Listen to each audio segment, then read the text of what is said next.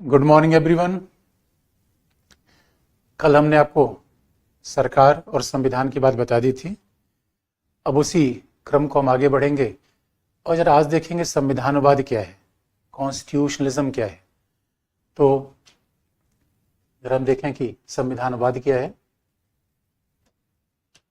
Constitutionalism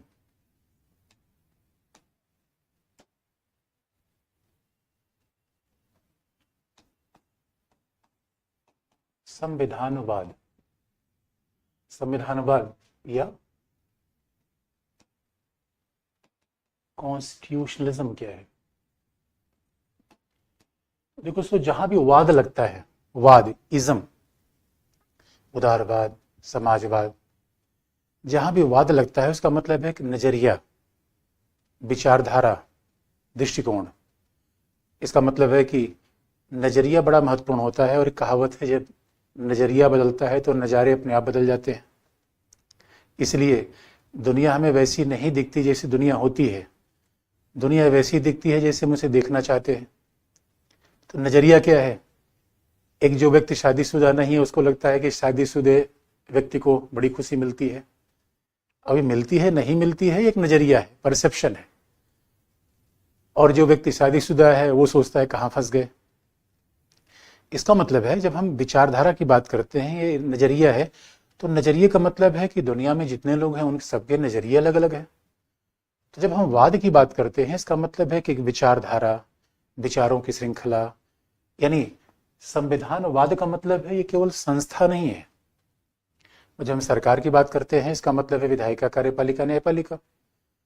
जब हम संविधानवाद की बात करते हैं तो कहीं ना कहीं इसका नजरिए से मतलब है, विचारों से मतलब है, मूल्य से मतलब है। अगर हम इसको इस तरीके से, फिर आप कहेंगे सर ये विचार, मूल्य और नजरिया क्या है? यानी ऐसी व्यवस्था जहां स्वतंत्रता, व्यक्ति की गरिमा, स्वतंत्रता, व्यक्ति की गरिमा, व्यक्ति के अधिकार और समानता के अधिकारों का संरक्षण हो, वो संविधानवाद में होगा। बड़ी इंटरेस्टिंग बात है। तो संविधानवाद का मतलब है कि नजरिया, विश्व दृष्टिकोण, वाद, खास तौर पे हम इज्म, जिस सब शब्द को हम यूज कर रहे हैं, इज्म, कॉन्स्टिट्यूशन नहीं, कॉन्स्टिट्यूशनलिज्म, वाद। इसलिए भाई दुनिया में नजरिए का ही संघर्ष है, दुनिया में अपने आप में दृष्टिकोण की ही लड़ाई है, विचारों की लड़ाई है। बाबा रामदेव कह रहे हो सर उठा के पियो जो कोका कोला, मतलब टॉयलेट क्लीनर, और कुछ लोग कह रहे हैं सर उठा के पियो कोका कोला। ये दो अलग अलग नजरिए हैं। तो जो संविधानवाद का नजरिया है, उस नजरिए में क्या बात आती है कि एक ऐसी व्यवस्था होनी चाहिए जहां स्वतंत्रता हो। बात याद रखिए, जब संविधानवाद की बात करेंगे सरकार की बात हमें जरूर करनी पड़ेगी, क्योंकि व्यवस्था का मतलब सरकार। और ये बात तो हमने पहले कह रखा है, बिना सरकार के आधुनिक जीवन संभव है नहीं, क्योंकि सरकार नहीं रहेगी पुलिस नहीं रहेगी, सरकार नहीं रहेगी तो न्यायपालिका नहीं रहेगी। तो आखिर में झगड़ा कौन सुलझाएगा? हमारे पर्स की रक्षा कौन करेगा? हमारी जमीन की रक्षा कौन करेगा? सरकार तो होना चाहिए। लेकिन सरकार एक नजरिए के अनुसार चलेगी जहां पे व्यक्ति की स्वतंत्रता को महत्व दिया जाएगा। अब हम फंडामेंटल राइट में भी आगे चलेंगे तो स्वतंत्रता की बात करेंगे। लेकिन आप याद रखिए, कई बार हमने कहानियां पढ़ी हैं, स्वतंत्रता, किसी चीज को पढ़ लेना, किसी चीज को रियलाइज कर लेना कितनी बड़ी बात होती है। अगर स्वतंत्रता का मतलब है, इसका मतलब है कि व्यक्ति अपने मन के अनुसार जो भी खाना चाहता है, पहनना चाहता है, जीना चाहता है, स्वतंत्रता। यानी कहावत है, अपनी भी शादी में ना जाऊं तो मेरी मर्जी, आजादी। एक बात याद रखिए, आजादी पढ़ लेना और आजादी का प्रयोग कर लेना, ये दोनों बातें अलग अलग हैं।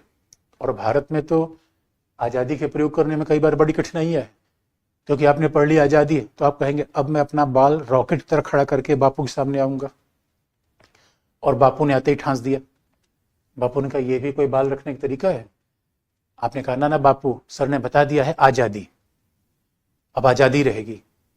और हकीकत की बात यह है, कितनी क्रांतियों में बात कहेगी कि मानव स्वतंत्र पैदा हुआ, मानव आजाद पैदा हुआ।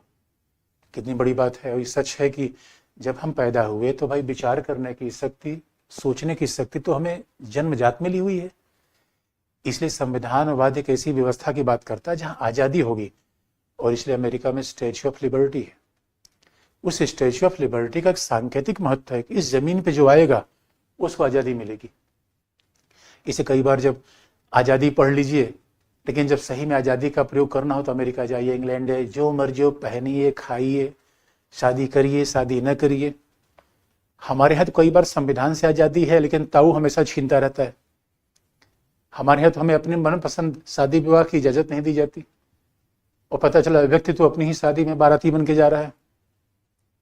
तो आज़ादी का मतलब होता है कि हमारे ऊपर बंधन ना हो, प्रतिबंध ना हो। तो आप कहोगे सर ये बताओ कि आज़ादी का मतलब बंधन ना हो, प्रतिबंध ना हो, तो क्या विधि और संविधान भी ना हो? नहीं नहीं नहीं नहीं, बिना विधि के, बिना संविधान के आज़ादी का तो मतलब ही नहीं होता। यानी आपको याद दिला दें, जहां विधि नहीं है, संविधान नहीं है, फिर जंगल ही होगा। तो आज़ादी का मतलब ये नहीं होता कि विधि हटा दीजिए, संविधान हटा दीजिए। आज़ादी का मतलब होता है कि बाकायदा अनावश्यक व्यक्ति के जीवन में हस्तक्षेप ना हो। अब जैसे आप कहोगे सर कि आज़ादी का मतलब क्या है कि बिना हेलमेट पहन के बाइक चलाएं? नहीं, आज़ादी का मतलब है बाइक चलाइए, लेकिन आप हेलमेट नहीं पहनेंगे तो किसी को धक्का मार दिया, वो गिरा, आप भी गिरे। तो भाई आज़ादी तभी रहेगी जब सबके जीवन की रक्षा रहेगी। जान है तो जहान है। इसलिए एक संविधानवाद एक मूल्य की बात करता है जहां हर व्यक्ति को आज़ादी मिलेगी, और खास बात है जहां हर व्यक्ति गरिमा का महत्व है। कितना बड़ा शब्द है मेरे दोस्तों, इसे याद रखिए। गरिमा का मतलब है, कई बार पॉलिटी पढ़ के हम सीखें, कई बार बच्चे ये सोचते हैं कि हमारे अंदर कोई कमी है, मैं उनके जैसा क्यों नहीं हूं। हकीकत की बात है कि मेरे प्यारे बच्चों, आप दुनिया में जो हो वैसा दूसरा कोई नहीं है। यानी व्यक्ति खास बात है, हर व्यक्ति सोना है, चांदी है, प्लेटिनम है। अच्छा, विज्ञान की भाषा में कहा जाए, एक व्यक्ति का जो फिंगरप्रिंट है दूसरे से मिलता नहीं। ये कितना बड़ा मतलब बताता है। इसका मतलब हम इस दुनिया में अजूबे हैं। अगर हम विशिष्ट हैं, अजूबे हैं, तो हमारी इच्छाएं भी अलग हैं, हमारे विचार भी अलग हैं। यानी इस तरीके से हम दुनिया को देखते हैं। जरूरी नहीं है कि मेरा भाई वैसा देखता हो, मेरा पड़ोसी ऐसा देखता हो, मेरे सहयोगी ऐसे देखते हो। और हर व्यक्ति की इच्छा का सम्मान होना चाहिए। इसे गरिमा का मतलब है हर व्यक्ति अपने आप में आजाद है, हर व्यक्ति अपने आप में विशिष्ट है, हर व्यक्ति की स्वतंत्रता का सम्मान करिए। इसे अगर घर में कोई बच्चा कह रहा है कि मैं मॉडल बनूंगा, तो उसकी स्वतंत्रता का सम्मान करिए। घर में कोई बच्चा कह रहा है कि मैं क्रिकेटर बनूंगा, उसकी भी स्वतंत्रता का सम्मान करिए। क्योंकि हर व्यक्ति में विशेष क्षमताएं हैं। तो जब उसे आज़ादी नहीं देंगे, जब उसका सम्मान आप सम्मान नहीं करेंगे, तब उसकी गरिमा का हनन हम कर रहे हैं। और कई बार तो ऐसा होता है कि हम दूसरे को प्रताड़ित कर देते हैं कि अरे लो, ऐसी कौन बात है, मॉडल आज तक कौन बना है, ये देखो ये मॉडल बने, घर में जाके घर का नाम बदनाम कर देगा। मेरे प्यारे बच्चों, जगजीत सिंह के पिताजी चाहते थे कि वो सिविल सर्वेंट बने। जगजीत सिंह जो फेमस गजल गायक है, लेकिन जगजीत सिंह ने कहा ना भाई, हम तो गजल गाऊंगा। उसके बाद उनके ऊपर इतना दबाव पड़ा, घर के लोगों ने कहा देखो ये तो नालायक है, बदनामी करा देगा घर की। वो माने नहीं, और उसी क्षेत्र में कितना नाम कमाया। यानी आप याद रखिए, जीवन में एक नजरिया अच्छा नहीं होता। हम कई बार क्या सोचते हैं, ये परफेक्ट है, इनका नजरिया ठीक है। कई बार आप सोचते हैं कि जो व्यक्ति हनी सिंह है वो अच्छे हैं। हनी सिंह का भी जीवन शैली है, अच्छा है। बाबा रामदेव की भी जीवन शैली अच्छी है, और कैटरीना कैफ की भी जीवन शैली अच्छी है। इसमें कोई परफेक्ट नहीं है। जो जिसको जिस तरीके से जीवन जीना हो, हम उसके जीवन में हस्तक्षेप न करें, क्योंकि हर व्यक्ति का महत्व समान है। ये गरिमा है। यानी हजारों ख्वाहिश ऐसी कि हर ख्वाहिश पे दिल निकले, मानव खास बात है ऐसा, तो व्यक्ति गरिमा है।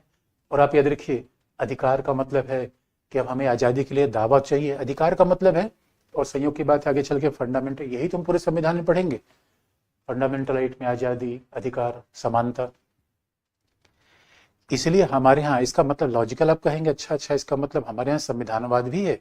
बिल्कुल संविधानवाद है, क्योंकि संविधानवाद का मतलब होता है केवल सरकार से नहीं, शासन से नहीं, उस मूल्य से, उस विचार से।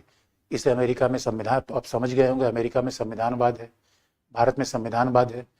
फिर आप ये भी समझ गए होंगे संविधानवाद कहाँ नहीं है, नॉर्थ कोरिया में संविधानवाद नहीं हो सकता।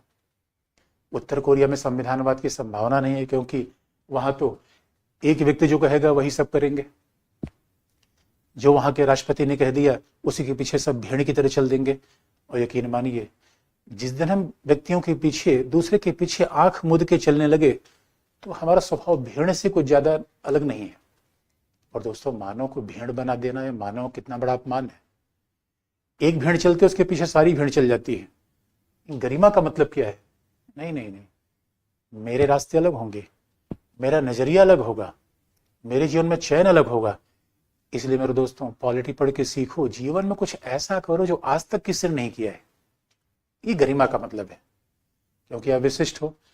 अब ये व्यवस्था, अब अधिकार का मतलब है कि ठीक है, हमें आजादी और हमारी गरिमा का सम्मान तब होगा जब हम लगातार ये मांग करते रहें कि हमें ऐसी चीजें मिलनी चाहिए। और अधिकार सच मानो, अधिकार अधिकार सही मायने में स्वतंत्रता का ही दूसरा नाम है। और हकीकत की बात है कि अधिकार तो मैं तो लेके पैदा हुआ हूं। क्यों भाई? हम पैदा हुए तो आंख अपने साथ लाए थे, कहीं से खरीदी तो नहीं है। पैदा हुए तो हाथ भी अपने साथ ही था, कहीं से खरीदा तो नहीं है। खास बात है। यानी आप याद रखिए, मेरा ये जैकेट है, ट्राउजर है, खरीद रखा है मैंने। लेकिन आप कहोगे सर हाथ भी खरीदा था क्या किसी मार्केट में? सवाल ही पैदा नहीं होता। आप कहोगे सर ये बोलने की क्षमता भी कहीं खरीदा था क्या? और ये सब तो पैदाइशी मिला है प्यारे भाइयों, देखने की क्षमता, बोलने की क्षमता। और अगर हमें सब पैदाइशी मिला हुआ है, इसका मतलब कोई छीन नहीं सकता। इस अधिकार का मतलब हमारा दावा है, हमारा क्लेम है कि भैया हमें बोलने दिया जाए पहला, हमें अपने मनपसंद व्यवसाय करने दिया जाए दूसरा, हमारे जीवन में कोई व्यक्ति हस्तक्षेप न कर पाए तीसरा। इसे अधिकार क्या है? दावे हैं, क्लेम है। और सही मायने में अगर हर व्यक्ति स्वतंत्र पैदा हुआ है, इसका मतलब है अधिकार सरकार ने दिया नहीं है। बहुत समझने की बात है। हमारी व्यवस्था में जो बोलने की आजादी है, जो जीवन का अधिकार है, वो मोदी सरकार नहीं दिया है। वो किसी राज्य की सरकार है, मुख्यमंत्री नहीं दिया है। ये हमें संविधान से मिला है, और संविधान भी जन्मजात हमें मिला हुआ है, क्योंकि जन्मजात संविधान लिखने वाले हम ही हैं। भाई हम पैदा हुए तो हमने कहा चलो भाई व्यवस्था बना दे, संविधान हमने लिख दिया, अधिकार मिल गया हमें, जिसका उल्लेख हम फंडामेंटल राइट में विस्तार से करेंगे। और आप याद रखिए, मूल्य कैसा होना चाहिए? केवल आजादी नहीं, वो आजादी सबके लिए हो। खास बात है। ये कितनी बड़ी मान्यता है दोस्तों। हमारे जमाने में एक समय समाज कितना विषमता मूलक, राजा महाराजा, लंबरदार, जागीरदार, ताल्लुकदार, संविधान इन बातों ने कहा खबरदार, कोई बात नहीं चलेगी, सब बराबर। आप कभी माझी फिल्म देखो तो माझी बड़ा खुश हुआ, दिल्ली से वापस आया था और बड़ा खुश हुआ, सब बराबर, सब बराबर। ये कितनी बड़ी बात है। और आप याद रखिए, आपको वोटिंग राइट, जितने बच्चे 18 वर्ष के ऊपर के हैं उन सबको वोटिंग राइट समान है। ये कितनी बड़ी बात है। ये तो समानता की बात है। और मेरे दोस्तों, ये भी देखो, जितने हमारे पिता को वोटिंग राइट है उतने हमारी वोटिंग राइट है। जो वोटिंग राइट अंबानी को है वो वोटिंग राइट हमें है। और समानता, हर व्यक्ति को एग्जाम देने का अधिकार है, हर व्यक्ति को अपने हिसाब से आवास के चयन का अधिकार है। यानी भेदभाव नहीं है। और भेदभाव समाज में कैसे होता रहा है दोस्तों? आप देखो, कई बार समाज में लड़कियों के साथ भेदभाव हो जाता है, ये समानता का विरोधी है। वे पढ़ने का अधिकार लड़कों को है, लड़कियों को है। कई बार समानता में जाति के आधार पर भेदभाव हो जाता है, ये भी हम परमिशन नहीं देंगे। कई बार भाषा के आधार पर, कई बार रंग रूप के आधार पर भेदभाव हो जाता है। तो संविधान बात कहता है हर व्यक्ति का महत्व समान है, क्योंकि गरिमा समान है, आप याद रखिए। इसलिए रूप रंग जाति धर्म, रूप रंग जाति धर्म और कहीं न कहीं सामाजिक प्रतिष्ठा, ये तो सब समाज हमें देता है। मेरे दोस्तों, हमारे पास दो पहचान है। एक तो मेरी आंख है, नाक है, सोचने की क्षमता है, देखने की क्षमता है, ये मैं पैदाइशी लाया। दूसरा क्या है? हमारी जाति पहचान है, हमारी आर्थिक प्रतिष्ठा है, ये हमें समाज ने दिया। तो सवाल है कि जो हम जन्मजात ला रहे हैं उसको कोई छीन नहीं सकता। इसी वजह से संविधानवाद का मतलब है एक ऐसा विचार, एक ऐसा नजरिया जो सभी को समान मानता हो। संविधानवाद का मतलब है एक ऐसा विचारधारा जिसमें कोई बड़ा नहीं, कोई छोटा नहीं, सब बराबर। और ये कई बार आपको यकीन नहीं होगा दोस्तों, मैं तो पॉलिटिकल स्टूडेंट हूँ। और जरा सोच के देखिए, कई बार तो बच्चे निराश हो जाते हैं और मैं पूछता हूँ बच्चों से, भाई बच्चों क्या बात हो गई, क्यों प्रॉब्लम है? तो कहते हैं सर मैं ये एग्ज़ाम फेल हो गया। अरे मेरे भाई और बहनों, आप राष्ट्रपति बन सकते हो, जरा संविधान पढ़ के देखना, भारत का हर नागरिक राष्ट्रपति बन सकता है। और कई बार तो हम 20-25 साल में फेल होने पर बड़ी निराश हो जाते हैं, जबकि राष्ट्रपति कलाम साहब बने थे 71 साल की उम्र में। इसीलिए हमारा संविधान भी विश्वास दिलाता है कि हमारा एक ऐसा मूल्य होगा जो हर वर्ग को आज़ादी देगा। इस संविधान बात को दूसरे नजरिए सोच के देखिए, तो हमारा ऐसा मूल्य होगा जहां हम धर्म के आधार पर भेदभाव नहीं करेंगे। हमारा ऐसा मूल्य होगा जहां हम व्यक्ति को जाति लिंग के आधार पर भेदभाव नहीं करेंगे। इसलिए संविधानवाद एक विचार है, एक विचारधारा है जो हर व्यक्ति में समान विश्वास रखता है, हर व्यक्ति को समान गरिमा देता है। लेकिन आप कहोगे सर ये बात तो ठीक है कि अधिकार मिल गया, समानता मिल गया, लेकिन संविधानवाद में क्या सरकार नहीं होगी? बिल्कुल होगी। दोस्तों विचारों के लिए अच्छी बात है कि हमारे विचार अलग हों। अमेरिका में ये विचार है, भारत में ये विचार है, इंग्लैंड में विचार है। तो आप कहोगे सर ये बताओ कुछ सरकार होनी चाहिए, व्यवस्था, एक मशीनरी तो होनी चाहिए। इसीलिए आपको ध्यान दिला दे कि संविधानवाद में जो दूसरी बात समानांतर तौर पे चलती है, संविधानवाद में जो दूसरी बात समानांतर तौर पे चलती है कि सरकार हमेशा रहेगी। क्योंकि ये बात तो हमने तय कर दिया कल ही कि बिना सरकार के, बिना पुलिस के, बिना न्यायपालिका के तो हम शासन चला ही नहीं सकते, क्योंकि फिर हमारी जान ही खतरे में पड़ जाएगी। क्योंकि दोस्तों जंगल में कोई सरकार नहीं है तो शेर जब चाहे तब हिरन को खा ले, हिरन कहीं एफआईआर कराने जा नहीं सकता, क्योंकि वहां जिसकी लाठी उसी की भैंस। जबकि होना चाहिए जो भैंस का मालिक है, भैंस उसकी होनी चाहिए। इसीलिए संविधानवाद में मूल्य रहेंगे, प्राथमिक मूल्य हैं, और उन मूल्यों की रक्षा के लिए हमें एक सरकार चाहिए। फिर सरकार की बात आ गई, लेकिन वो सरकार कैसी होगी?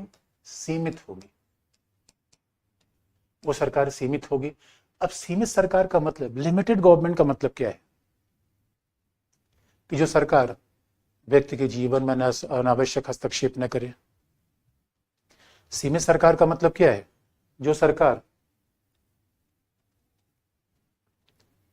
जैसे सीमित सरकार का मतलब है सरकार केवल पुलिस देखेगी, कानून व्यवस्था देखेगी।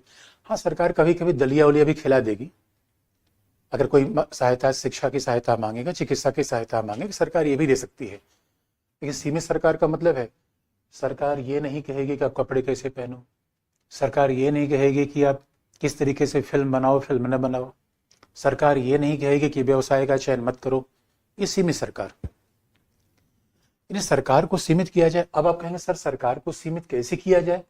तो स्वाभाविक रूप में सरकार को सीमित करने के लिए फिर हमें संविधान बनाना पड़ा। संविधान बनाना पड़ा। इसलिए आप याद रखिए, संविधानवाद का यह भी मतलब लिया जाता है कि सीमित सरकार जो संविधान सरकार को सीमित करेगा। इसलिए संविधानवाद का और एक मतलब है संवैधानिक सरकार, कॉन्स्टिट्यूशनल गवर्नमेंट।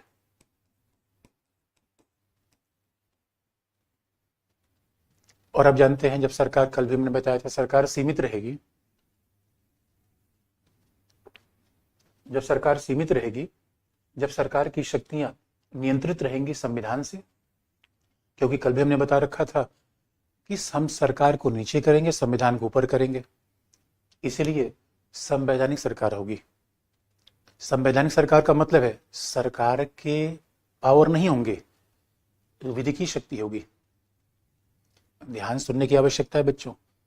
विधि का शक्तिशाली हो जाना और व्यक्ति का शक्तिशाली हो जाना, दोनों बातें अलग अलग है।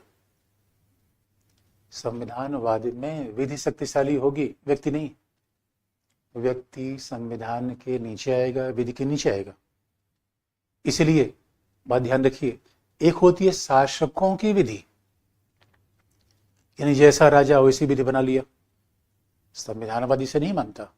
शासकों की विधि नहीं, बल्कि विधि का शासन। तो शासक भी उसके नीचे आएगा। इसे खास बात होती है। संविधानवाद का मतलब है जहां हम संवैधानिक सरकार, विधि का शासन, जैसे अभी आप कहिए, और संवैधानिक सरकार का दूसरा मतलब ही है रूल ऑफ लॉ, विधि का शासन। और आपको याद दिला दे दोस्तों, विधि के शासन का मतलब है, फिर आपको याद दिला दे, ये विधि का शासन है, शासकों की विधि नहीं है। क्योंकि आप देखेंगे दुनिया में विधि तो हर जगह है। अगर विधि नियम कानून का दस्तावेज है जो व्यक्ति के व्यवहार को नियंत्रित करता है, तो दुनिया में कोई भी ऐसा देश नहीं जो विधि नहीं है, जहां विधि नहीं है। या कुछ नियम कानून तो रहेंगे, लेकिन विधि की सर्वोच्चता हो ऐसा जरूरी नहीं है। लेकिन जहां संविधानवाद होगा, इसका मतलब है अगर हम विधि की सर्वोच्चता नहीं रखेंगे तो इन मूल्यों को बचा ही नहीं पाएंगे। क्योंकि हमारा संविधानवाद का पर्पज क्या है, ये नजरिए बचे रहे, ये मूल्य बचे रहे, ये आदर्श बचे रहे। उसके लिए हमें क्या करना पड़ेगा, विधि का शासन स्थापित करना पड़ेगा। विधि के शासन का मतलब विधि की सर्वोच्चता, कोई विधि से बड़ा नहीं है। कल भी मैंने आपको बताया था। इसलिए बड़ा कौन, डीएम, सीएम, पीएम या लॉ? तो आपका उत्तर होगा लॉ। बड़ा कौन, कोई जाति का व्यक्ति, धर्म का व्यक्ति या विधि? विधि। बड़ा कौन, कोई धार्मिक ग्रंथ या विधि? विधि। ये विधि का शासन है। और विधि के शासन खास बात है, सबके लिए एक समान व्यवहार होगा। इसलिए आपको याद दिला दें, सलमान खान गए थे, हम साथ साथ है कि शूटिंग हो रही थी जोधपुर में, सलमान खान गए, और भाई याद रखे सलमान खान तो हीरो है। वैसे भी किसी आम व्यक्ति के आसपास कुछ हीरोइन इकट्ठा हो जाए तो उसको हीरो समझने की गलतफहमी हो जाएगी, अपने आप को हीरो ही मान लेगा। और हीरोइन के साथ थी ही, तो हीरो ने कहा कि सल्लू भाई चिंगारा को मार दो, और सलमान खान ने मार दिया। दोस्तों, ऐसे सलमान खान फंसे हुए हैं कि जोधपुर आते आते जूते घिस गए। विधि का शासन। आप याद रखिए, सलमान खान फिल्मों के दबंग होंगे, विधि के सामने हर व्यक्ति राजपाल यादव बन जाता है। दबंग वहां पे नहीं चलेगा, हुड़ दबंग नहीं चलेगा। इसलिए हमारे यहाँ संविधानवाद है। संविधानवाद को जैसे आप चाहें करना चाहें। और आईएएस के पीटी का भी सवाल आप देखिएगा, संविधानवाद से बार बार प्रीलिम्स में सवाल पूछा गया है कि संविधानवाद क्या है, सीमित शासन, सही ऑप्शन। संविधानवाद क्या है, विधि का शासन, सही ऑप्शन। संविधानवाद क्या है, विधि की सर्वोच्चता, सही ऑप्शन। अब अगर हम संविधानवाद को और एक तरीके से परिभाषित करना चाहें, संविधानवाद क्या नहीं है ये भी देख ले। मैं किसी चीज को दो तरीके से परिभाषित कर सकते हैं। एक तो ये है, तो आप अभी इस बात कह सकते हैं, विधि का शासन कह लीजिए, संविधानवाद को संविधान की सर्वोच्चता, विधि की सर्वोच्चता कह लीजिए। और संविधानवाद किससे अलग है, इसका सीधा सा मतलब है, संविधान हो जाना संविधानवाद होने की गारंटी नहीं है। बात ध्यान सुनने की आवश्यकता है। यानी संविधानवाद क्या नहीं है, तो संविधानवाद क्या नहीं है तो आपको याद दिला दे, यानी संविधानवाद की धारणा किससे अलग है। तो पहला आपको याद दिला दे, जरा देखिए म्यांमार में, यानी संविधान होना संविधानवाद होने की गारंटी नहीं है। संविधान होना संविधानवाद की गारंटी नहीं है। क्यों नहीं है? क्योंकि संविधान हो सकता है लेकिन शासक सर्वोच्च हो सकते हैं। म्यांमार में संविधान है। यानी हकीकत की बात तो यह है प्यारे बच्चों कि दुनिया में कोई देश आप बताओ जहां संविधान ना हो। हाँ, कहीं धार्मिक ग्रंथ के रूप में होगा, कहीं कुछ लिखित नियम कानून के रूप में होगा, कहीं सेना ने बना लिया उस रूप में होगा। यानी बात ध्यान में रखने की है, जिस देश में संविधान है वहां संविधानवाद हो जाए जरूरी नहीं है। इसका तो सबसे अच्छा एग्जाम्पल है उत्तर कोरिया, म्यांमार, आपके बगल का एग्जाम्पल है, जहां संविधान तो है, संविधानवाद नहीं है। इसका मतलब है संविधान है लेकिन संविधान के साथ यहाँ प्रॉब्लम क्या है, म्यांमार में, उत्तर कोरिया में, यहाँ शासकों की सर्वोच्चता है। यहाँ क्या है, शासकों की सर्वोच्चता है। यहाँ पे प्रॉब्लम क्या है, शासकों की विधि है। यहाँ शासकों की विधि है। तो भाई सीधी सी बात है, इसका मतलब है यहाँ पे कुल मिला के व्यक्ति का शासन है। अब जरा सोच के लिए, जहां व्यक्ति का शासन होगा वहां आजादी समाप्त। और कई बार अब देख लीजिए हमारे परिवार में अब हमारे देश में संविधान चलता है, परिवार में संविधान है ही नहीं है। अब कुछ आप बोलेंगे, आप छोटे बच्चे हैं, पॉलिटी पढ़ गए और आपने कहा भाई सर ने तो बताया है कि अब तो बोलने का अधिकार जन्मजात है, और आपके पिताजी ने कोई बात कही, आपने काट दिया, आपने कहा नहीं ये बात तार्किक नहीं है, सर ने बताया है, था उलट चला देगा। अब लो, आप कहोगे सर ने तो पिटवा दिया। इसलिए मेरे दोस्तों, मैं ये नहीं कह रहा हूं कि अधिकार का प्रयोग अपने घर में जाकर करने लगो। अब आपने कहना शुरू कर दिया ना ना अब तो मैं बताऊंगा मेरी शादी कब होगी, कहाँ होगी। इसलिए हमारे हर घर में कहीं न कहीं नॉर्थ कोरिया का राष्ट्रपति बैठा हुआ है। लड़कियों के लिए तो बात और सही है। इसलिए अब हमारे यहाँ बड़ी विडंबना ये है कि सरकार तो संविधानवाद पे चल रही है, हमारा परिवार तो तानाशाही पे चलता है। अरे भाई, संविधानवाद का मतलब है जहाँ परिवार में हर व्यक्ति राय सुनी जाए, बोलने का अधिकार दिया जाए, समान अधिकार दिया जाए। अगर हमारे पिताजी और हमारे वोटिंग राइट में कोई अंतर नहीं है तो हमें तो बोलने का अधिकार दिया जाए। लेकिन समस्या क्या है, जैसे हम बोलना शुरू किए तो उनका चुप कर, बेकार की बात करता है, बच्चा है, ये लो। हमारे यहाँ विडंबना यह है कि अगर परिवार में कोई बच्चा 50 साल का है, उसके पिताजी जिंदा है तो बच्चा ही रहेगा। अरे भाई, संविधान कहता है 18 साल बाद हम सरकार चुने, और हमें तो घर में पार्टनर चुनने की इजाजत नहीं दी जाती। इसीलिए संविधान होना संविधानवाद होने की गारंटी नहीं है। क्योंकि प्रॉब्लम क्या है, क्योंकि जहां संविधानवाद हो, संविधान की सर्वोच्चता हो, गारंटी नहीं है। और आप याद रखिए, जहां शासकों की सर्वोच्चता हो गई, जहां शासकों की विधि हो गई, जहां व्यक्ति का शासन हो गया, वहां संविधानवाद नहीं होगा। यहाँ रेड सिग्नल आ गया। और ये तो बहुत लॉजिकल बात है। क्यों? क्योंकि जहां शासक सर्वोच्च हो जाएगा, आजादी का विचार खत्म। अब देख लीजिए, कहीं भी तानाशाही शासन में देख लीजिए, यानी संविधानवाद का अपोजिट क्या है? तानाशाही शासन। और आपको हमें याद दिला, तानाशाहों ने भी संविधान बनाया है। बगल में एग्जाम्पल है चाइना। और इसीलिए खास बात देखेंगे, तानाशाही देश में जो संविधान होता है वो शासक जब चाहे तब बदल देता है।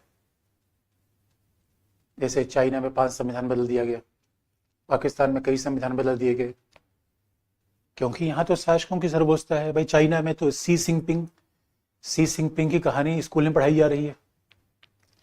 बताया जा रहा है सी सिंगपिंग शक्तिमान है, जबकि हम ये कह रहे हैं भाई हर व्यक्ति में शक्तिमान होने की क्षमता है। ऐसा कैसे है कोई व्यक्ति इतना महान हो गया, दूसरा बेकार हो गया?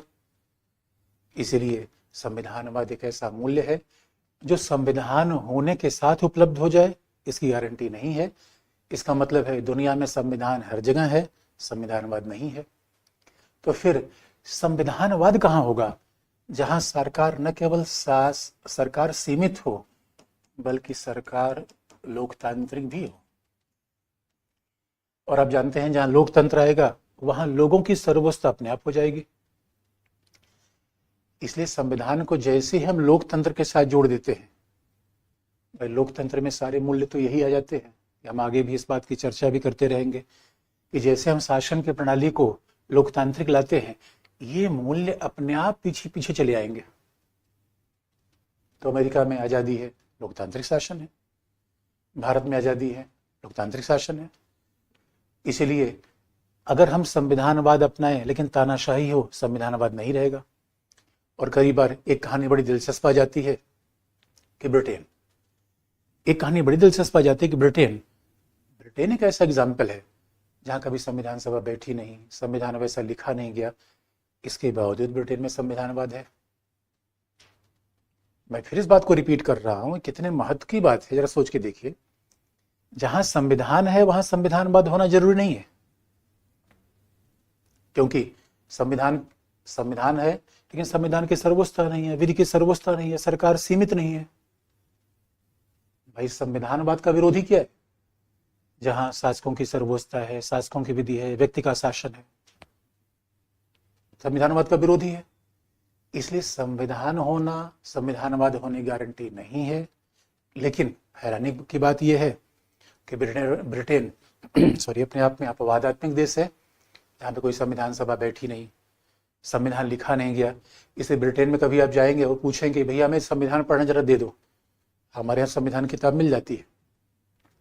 ब्रिटेन में ऐसी संविधान किताब कोई मिलती ही नहीं, लेकिन सरकार सीमित है, अधिकार बहुत है। ब्रिटेन में तो कोई संविधान नहीं है तो स्वाभाविक रूप में फंडामेंटल राइट का अध्याय भी नहीं होगा। जब संविधान ही लिखा गया तो आज़ादी का अधिकार कहाँ से आएगा। लेकिन कमाल का देश है, वहाँ पे आज़ादी का अधिकार है, सरकार सीमित है, भले ही संविधान लिखित रूप में उपलब्ध ना हो।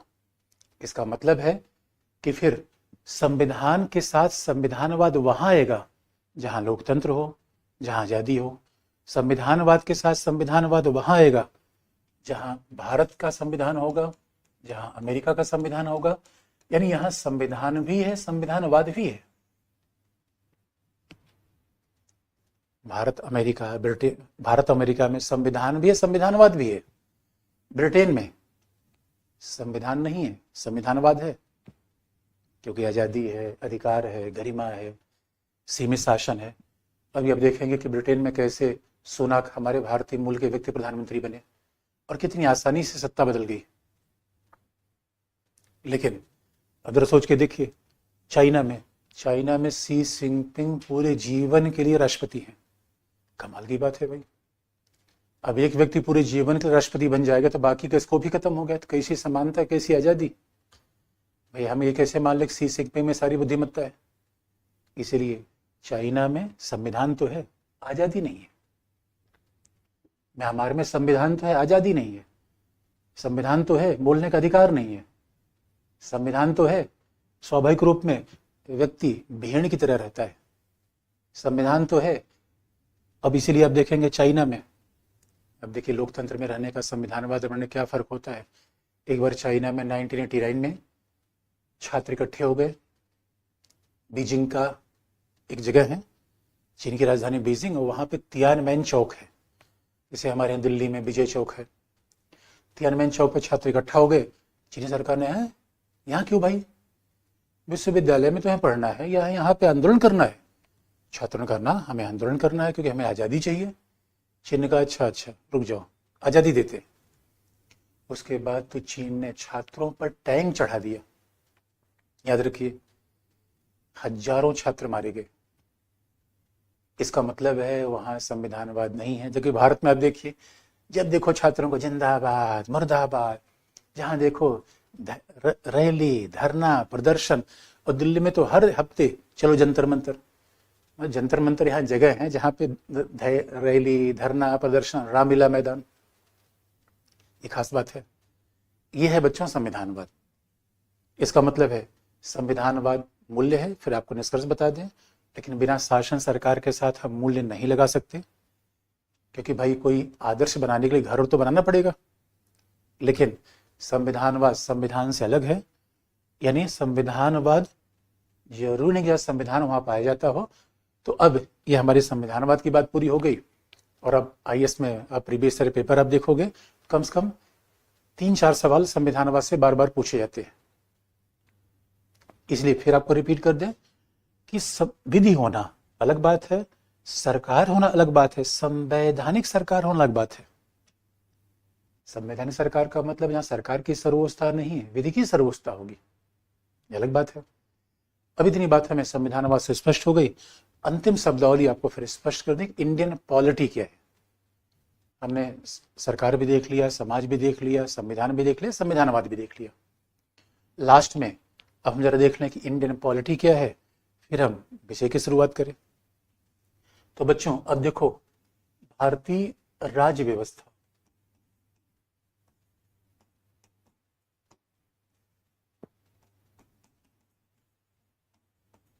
इंडियन पॉलिटी,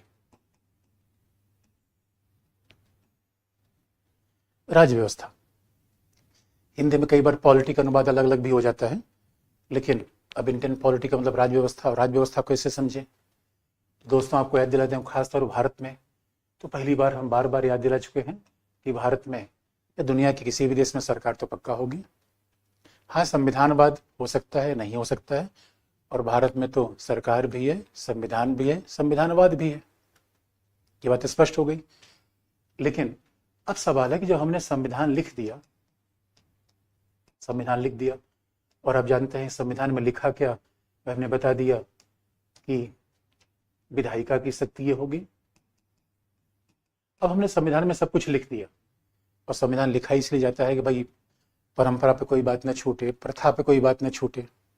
और कहा भी जाता है कि हमारे यहाँ बड़ा संविधान क्यों लिखा गया, क्योंकि याद रखिए दोस्तों, जिस देश को हम संविधान दे रहे थे वहां पर जनता पढ़ी लिखी नहीं थी। और यकीन मानो, जब भारत में संविधान का प्रयोग होने लगा तो पूरी पश्चिमी दुनिया में कई लोगों ने तो आश्चर्य फैला लिया। और रामचंद्र गुहा ने बात कहा है, it was the biggest experiment in the history of Mankind. इसका मतलब है कि हम भारत में डेमोक्रेसी का प्रयोग करें, लोकतंत्र का प्रयोग करें, कल्पनातीत बात थी। क्यों? क्योंकि अभी तक लोकतंत्र कहाँ था, संविधान कहाँ था? इंग्लैंड में। मतलब लिखा हुआ नहीं, व्यवस्था थी अमेरिका में। उसके बाद बहुत अमेरिका के बाद तो लिखने वाले संविधान की परंपरा शुरू हुई। तो जब इन देशों ने संविधान लिखा तो वहाँ औद्योगिकरण आ गया था, शहरीकरण आ गया था, लोग पढ़ लिख गए थे, शहर बन गए थे, लोगों को अधिकारों के बारे में जानकारी थी। और हमारे यहाँ दोस्तों कमाल किस्सा था, सुकुमार सेन जो हमारे मुख्य निर्वाचन आयुक्त थे उस समय, और उनको दायित्व दिया गया पहले चुनाव करवाओ। अब सुकुमार सेन किसी गांव में गए और सुकुमार सेन ने किसी महिला से निर्वाचक नामावली बना रहे थे, भाई चुनाव करवाना है, सबका नाम लिखना है।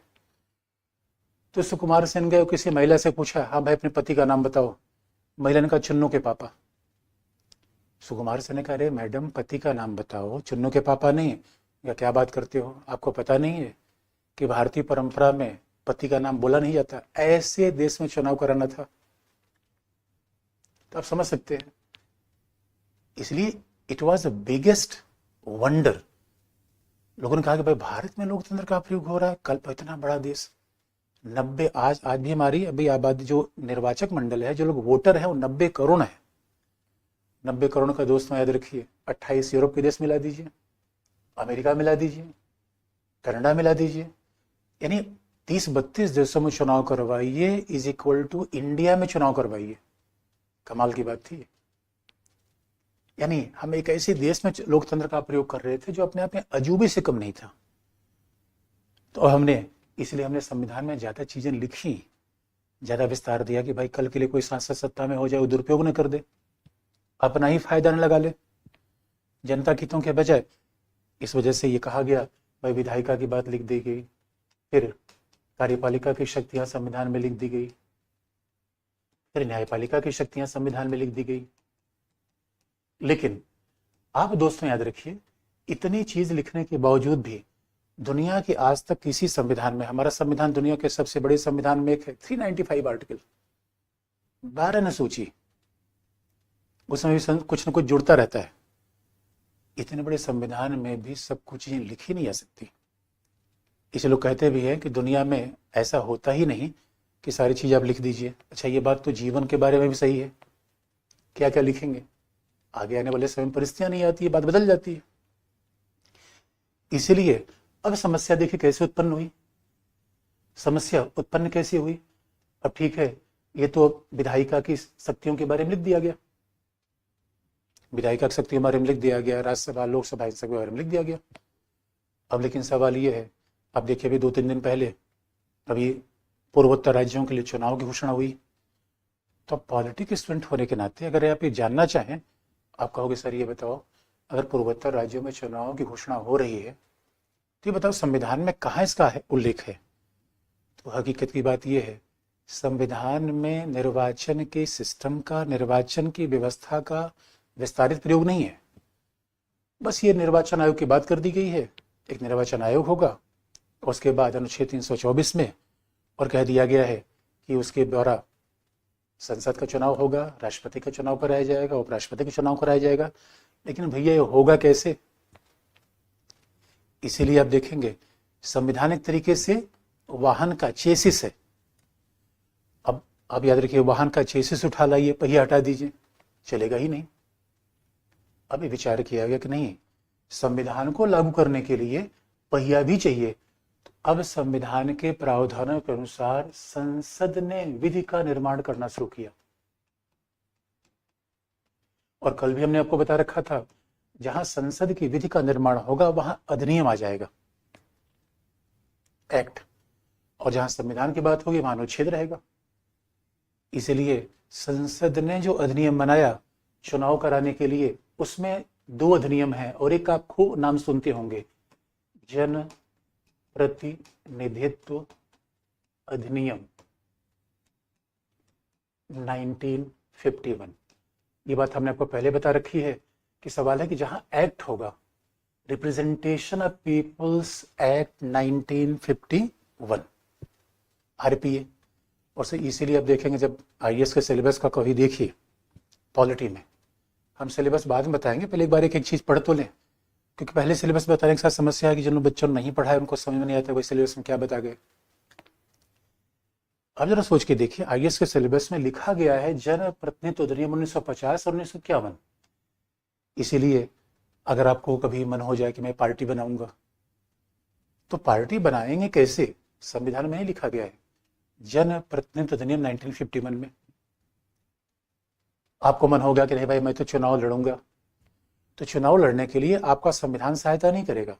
यानी संविधान एक तरीके से इतना व्यापक होने के बावजूद संविधान केवल फार्मूले की बात करता है। ये हकीकत की बात है कि संविधान में है तो अनुच्छेद 395, अनुसूची है 12, इसके बावजूद संविधान फार्मूले की बात करता है, हर चीज को संक्षेप में बता देता है। भाग है 22, इसके अलावा हर चीज को शॉर्ट में बता देता है। तो बस ये कह दिया निर्वाचन आयोग निर्वाचन आयोजित कराएगा, लेकिन सवाल है निर्वाचन आयोजित कराएगा, कौन नामांकन दाखिल करेगा, कैसे पार्टी बनाई जाएगी, इसका तो उल्लेख ही नहीं है। और अब अगर आपने पॉलिटी का स्टूडेंट हैं तो आप बेसिक बातों को पढ़कर ये समझ सकते हैं, लक्षद्वीप के एक सांसद को अयोग्य करार दिया गया था। और अब आपने ये भी सुना होगा कि झारखंड के मुख्यमंत्री के खिलाफ बार बार ये चीजें आ रही हैं। इन सब का संबंध इस संसदीय अधिनियम से है। इसका मतलब है कि हमें पूरा सरकार की व्यवस्था समझने के लिए केवल संविधान का अध्ययन पर्याप्त नहीं होगा, क्योंकि संविधान अपने तमाम ब्रांचेस बना देता है। संविधान कैसा है? बरगद के वृक्ष की तरह। अब हमने बरगद का तना तो देख लिया, ब्रांचेस देखा ही नहीं। इसे संविधान ने क्या कर दिया? अपने पहिए बना दिए, ब्रांचेस बना दिए, थोड़े थोड़े काम संसद को दे दिया। तो संविधान ने कहा भाई देखो, हमारे प्रावधान के अनुसार आप लोग ऐसा है कि विधि बना लो, और विधि में ये तय कर लो चुनाव कैसे होगा। या ये बात तो बहुत स्पष्ट है। आप ये पूछोगे सर ये बताओ संसद की विधि बड़ी होगी या संविधान? तो ये मैंने पहले कर रखा है, संविधान बड़ा होगा। बड़ा तो संविधान होगा, यानी संसद की विधि कभी संविधान का उल्लंघन नहीं कर सकती। ये बात बहुत स्पष्ट है। तो संविधान का मतलब हमारे पितामह भीष्म, तो अब पितामह भीष्म की आज्ञा का उल्लंघन कौन करेगा? लेकिन यह भी बात जरूरी है कि जब संविधान को आप केवल पढ़ लेंगे तो व्यवस्था समझ ही नहीं पाएंगे। भाई हमें तो समझना है चुनाव कैसे हो रहा है। इसलिए संविधान के साथ साथ कुछ महत्वपूर्ण संसदीय अधिनियमों को पढ़ना, इसी कहते हैं इंडियन पॉलिटी। बात स्पष्ट हो गई। संविधान प्लस संसदीय अधिनियम इज इक्वल टू भारतीय राज्य व्यवस्था। इसलिए आप कभी पीटी में भी जाएंगे, आईएएस के सवाल आप देखेगा, या बाद में पहले एनसीईआरटी को अच्छे से पढ़िए, बार बार पढ़िए, इत्मीनान से पढ़िए, शब्दों पर खूब ध्यान दीजिए, हड़बड़ी में नहीं, विचार बनाइए, हड़बड़ी में बिल्कुल मत पढ़िए। तो आप, इसका मतलब है प्रश्न भी हल हो ना हो उसकी चिंता मत करिए, लेकिन अभी अपने विषय के ऊपर समझ लीजिए अच्छे से। तो इंडियन पॉलिटी का मतलब है कि संविधान प्लस संसदीय अधिनियम। और एक ही एग्जाम्पल नहीं है, मैं आपको तमाम एग्जाम्पल और बता सकता हूं। ये तो हमने एक उदाहरण बता दिया, आप और भी उदाहरण आप देख सकते हैं। जैसे संविधान में लिखा गया है सांसद या कोई विधायक लाभ के पद पर नहीं होगा। अब सांसद या विधायक लाभ के पद पे नहीं होगा, तो अब सवाल है कि लाभ का पद संविधान में लिखा ही नहीं गया है। ये भी आईएएस में पूछा गया सवाल है।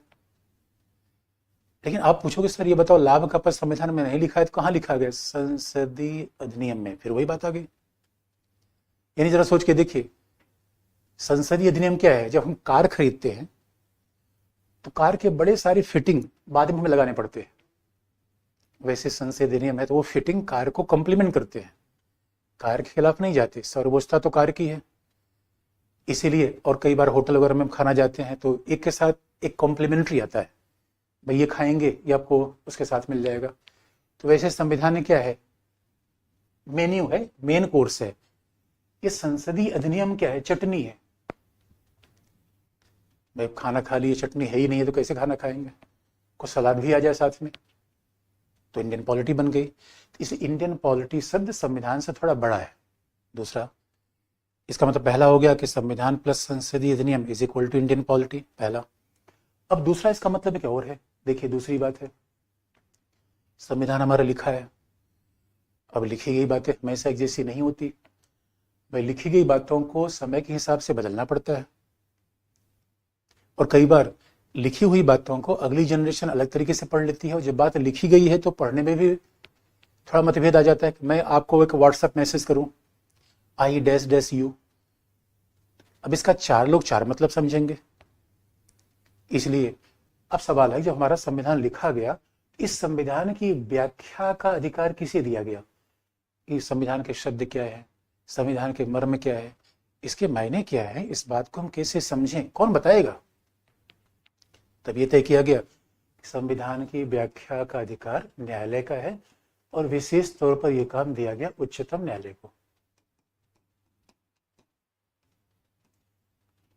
संविधान की व्याख्या का अधिकार न्यायालय को दिया गया, विशेष तौर पर काम किसको दिया गया, उच्चतम न्यायालय को।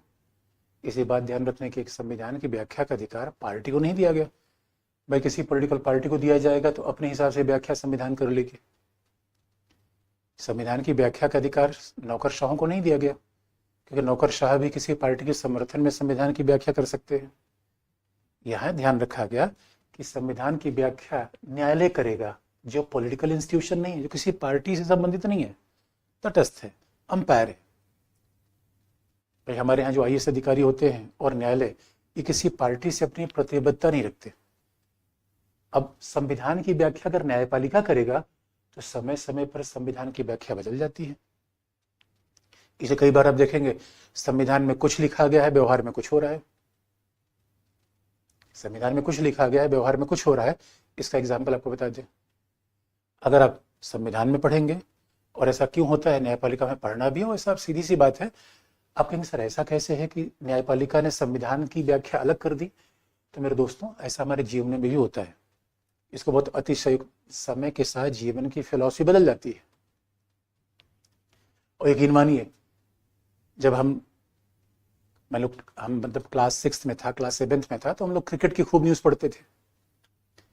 तो उसमें क्रिकेट की न्यूज़ एक निकली थी कि एक क्रिकेटर ने किसी महिला को बोल्ड कर दिया।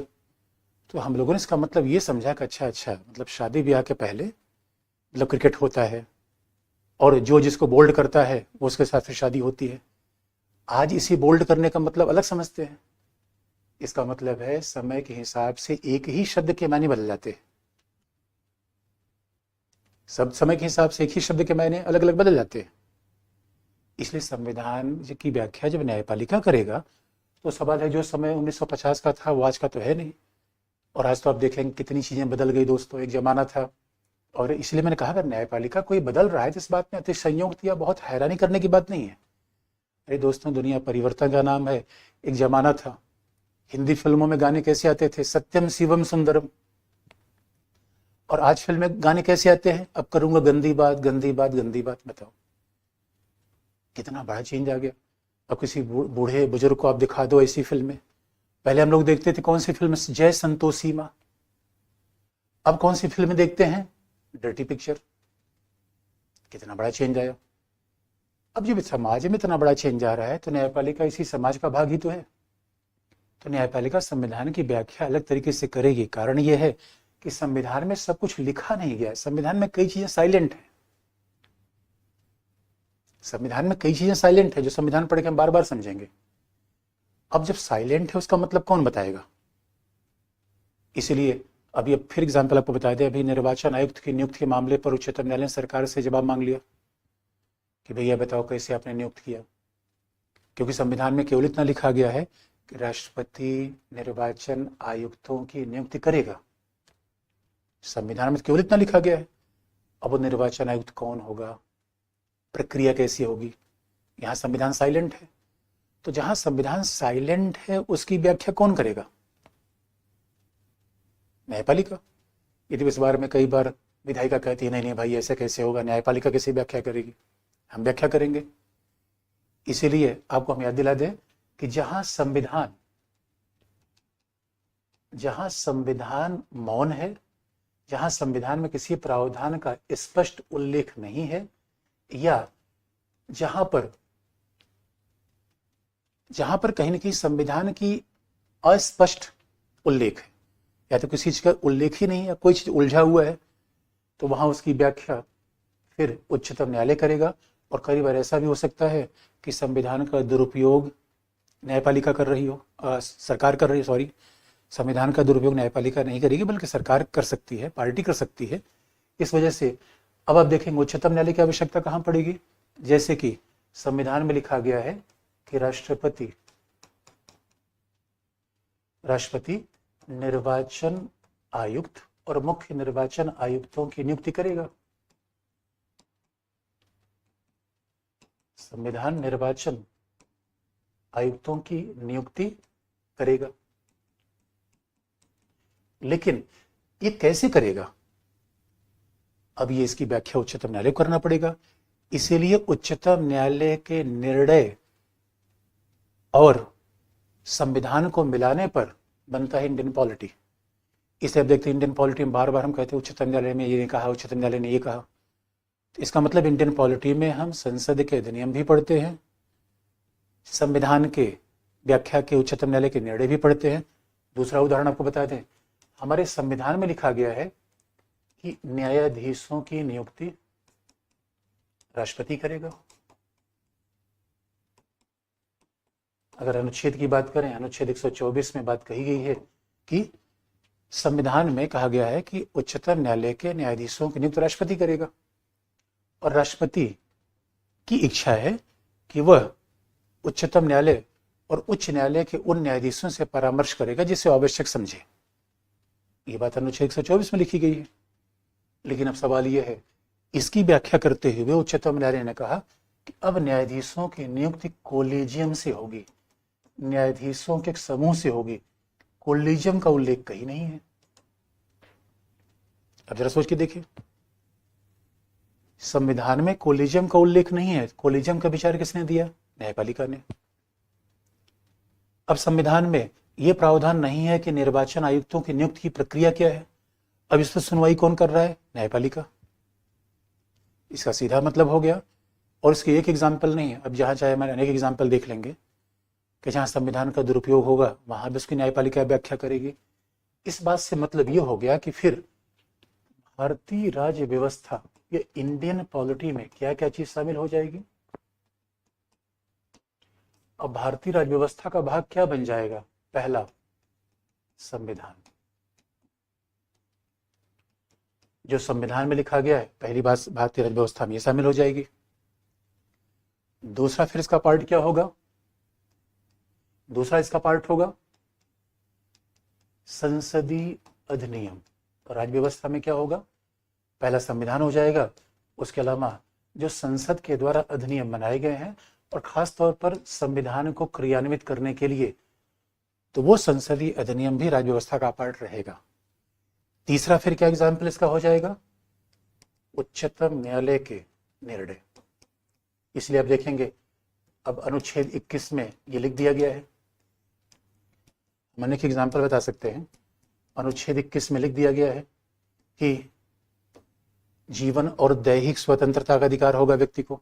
इसकी व्याख्या फंडामेंटल राइट में करेंगे। अनुच्छेद 21 में ये तो लिख दिया गया जीवन और दैहिक स्वतंत्रता का अधिकार होगा, यानी right to life and personal liberty. लेकिन अब इसमें ये तो नहीं लिखा गया है कि इसमें निजता का भी अधिकार होगा, संविधान में लिखा गया है।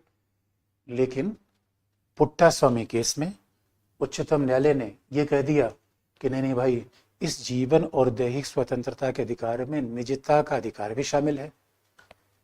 इसका मतलब क्या हो गया, पॉलिटी में पहला क्या हो जाएगा, संविधान। दूसरा क्या हो जाएगा, संसदीय अधिनियम। तीसरा उच्चतम न्यायालय के निर्णय। इसलिए आप देखेंगे क्वेश्चन पेपर, आप देखेंगे अब क्वेश्चन पेपर ध्यान से देखिए पीटी का, मेंस का, तो उसमें कई बार संसदीय अधिनियम सवाल पूछा जाता है और सही मायने में कई बार न्यायालय सवाल पूछा जाता है। इसलिए जब हम पॉलिटी का अध्ययन करते हैं तो संविधान के, केवल संविधान की बातों पे ही नहीं, संविधान तो एक फार्मूला बता देता है, संविधान एक तरीके से कंकाल बना देता है। जैसे शरीर का अध्ययन करना चाहें केवल कंकाल से शरीर का अध्ययन कर लेंगे नहीं, उसके पार्ट पर आना पड़ेगा, हड्डी, उसके मांस पर, रक्त पर, यानी टिश्यूज पर, सेल्स पर। इसलिए कुल मिला के संविधान तो केवल बड़ी बड़ी बातें कर देता है, एक बेसिक फ्रेमवर्क बना देता है, मोटे मोटे रेगुलेशन बना देता है। इसी दायरे में आपको सारी बात करनी है और वहां पे न्यायपालिका है। लेकिन आप फिर पूछेंगे सर उच्चतम न्यायालय बड़ा है, संसद बड़ा है या संविधान, तो सीधा उत्तर होगा संविधान, संविधान की सर्वोच्चता। इस बारे में हमारे संविधान निर्माता बिल्कुल स्पष्ट थे। लास्ट में जब हम इंडियन पॉलिटी पढ़ते हैं तो एक बात और जोड़ सकते हैं, इंडियन पॉलिटी का मतलब हो गया संविधान, हो गया संविधान के अंदर सारे अनुच्छेद।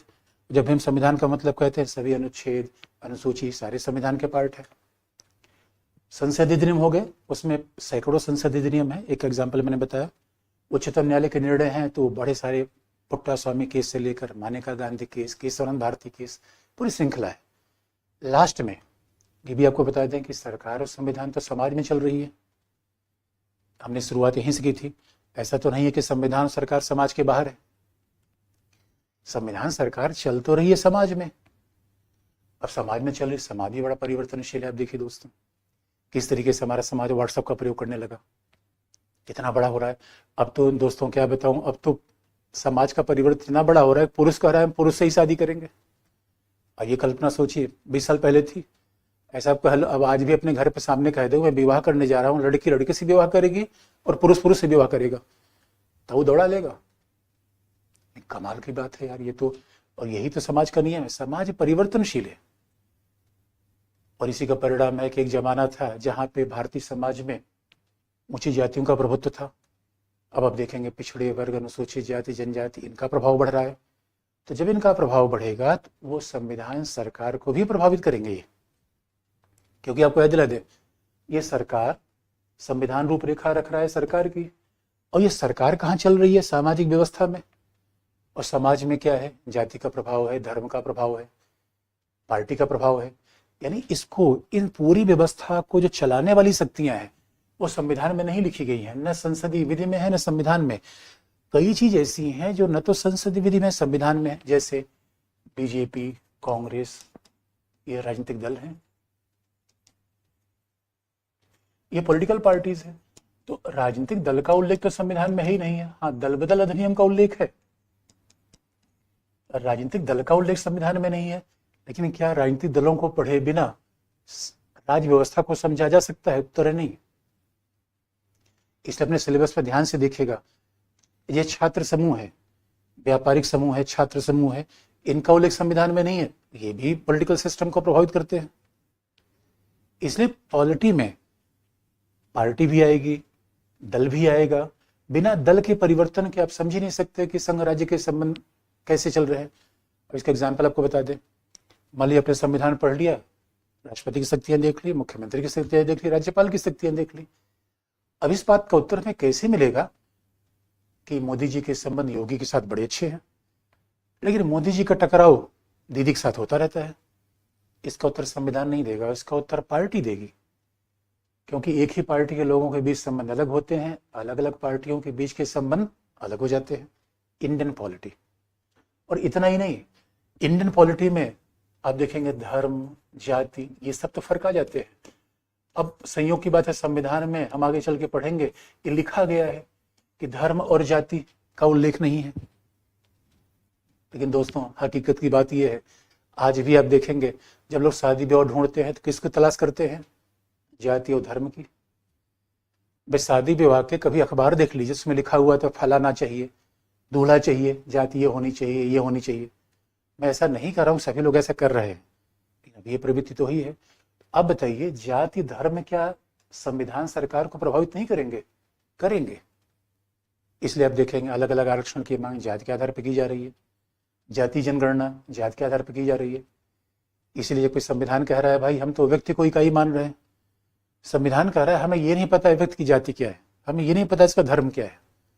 समाज तो ऐसा मान रहा है और समाज में ही संविधान और सरकार काम कर रही है।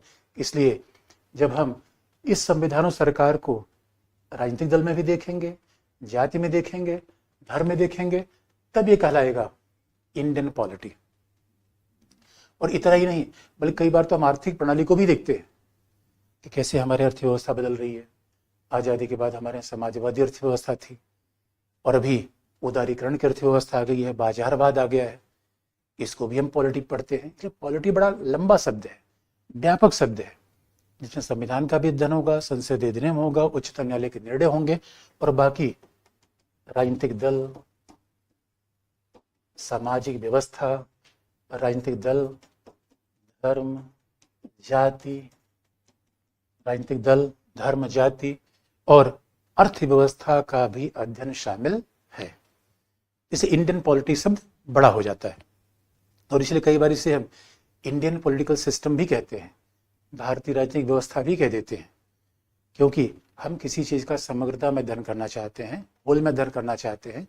इसलिए अगर हम केवल संविधान को देख रहे हैं, शरीर के केवल कंकाल को देख रहे हैं, लेकिन होलिस्टिक में देखिए तो भाई हम शरीर है तो कहीं मोहल्ले में रह रहे हैं, परिवार में रह रहे हैं, तो जब तक मोहल्ले को नहीं देखोगे, परिवार को नहीं देखोगे, तब तक कैसे सब समझ जाओगे कि बायोलॉजी समझ के शरीर को समझ लिया। भाई पोषण से भी तो शरीर पर प्रभाव पड़ता है। इस दोस्तों, आज की कहानी पूरी हो गई। हमने आपको बता दिया सरकार क्या है, संविधान क्या है, संविधानवाद क्या है और राज्य व्यवस्था क्या है। अब कल से हम अपना पॉलिटिक्स शुरू करेंगे फंडामेंटल राइट से। आप पूछेंगे प्रस्तावना से क्यों नहीं, तो कल मैं कारण बता दूंगा। हम हर टॉपिक आपको बताएंगे, लेकिन क्रम अपने से निर्धारित करेंगे, उसका एक विशेष कारण है। आज के लिए इतना ही बच्चों, फिर कल मिलेंगे। धन्यवाद।